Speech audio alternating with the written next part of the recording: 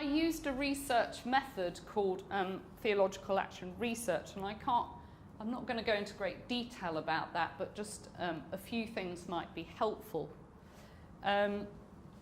Theological Action Research, one of its aims really is to enhance the faith community's theological capacity, both in terms of words and action. And the authors of Talking About God in Practice, Theological Action Research and Practical Theology, have this one-sentence definition. Theological Action Research is a partnership between an insider and outsider team to undertake research and conversations answering theological questions about faithful practice in order to renew both theology and practice in the service of God's mission. So an organisation like CAFOD, this is ideal because it's about action research, but it's also theological.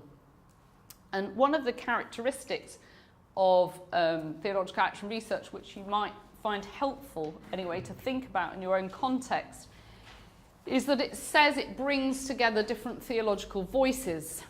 So, and they call them the normative theological voice, which is for CAFOD would be scripture and official Catholic social teaching.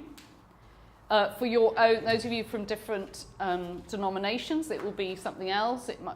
The Bible scripture would definitely be much more prominent in some congregations.